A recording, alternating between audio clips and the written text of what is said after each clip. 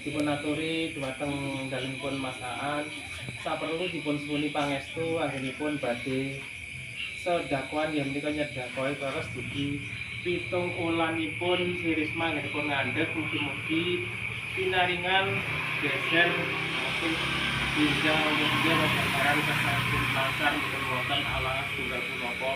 dipun istoni derek kula kawanen sedayanipun.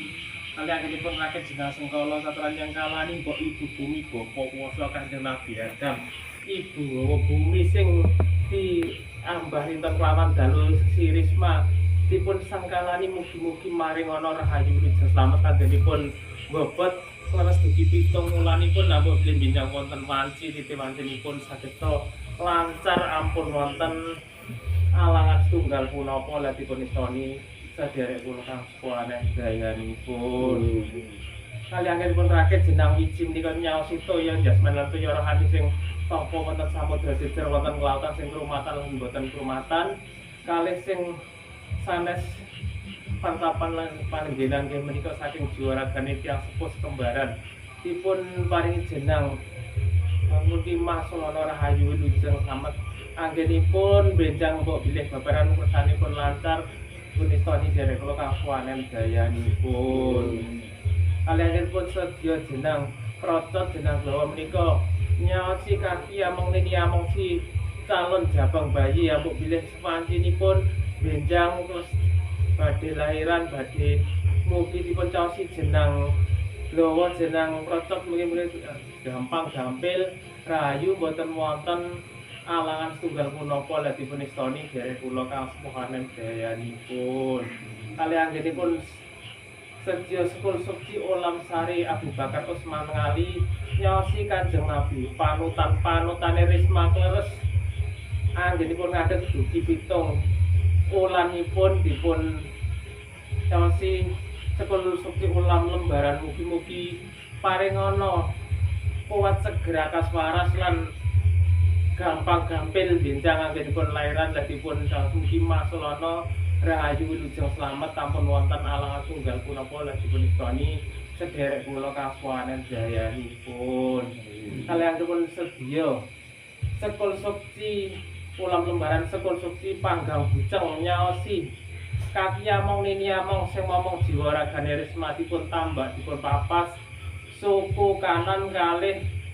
suwiwi tengen dipun tambah dipun papas mugi-mugi paring ana kuat segera kaswaras ampun wonten alang tunggal punapa lan dipun istoni derek kula kang suwanen dayanipun. Kaliyanipun sedya buceng gono menika nyaosi kaki among nini among si calon jabang bayi dipun caosi buceng gono mugi-mugi sageta lancar benjangipun anggenipun lahiran si Risma dipun istoni derek kula kang sepuhanen dayanipun. Kaliyanipun sedya punar perlu jemukaken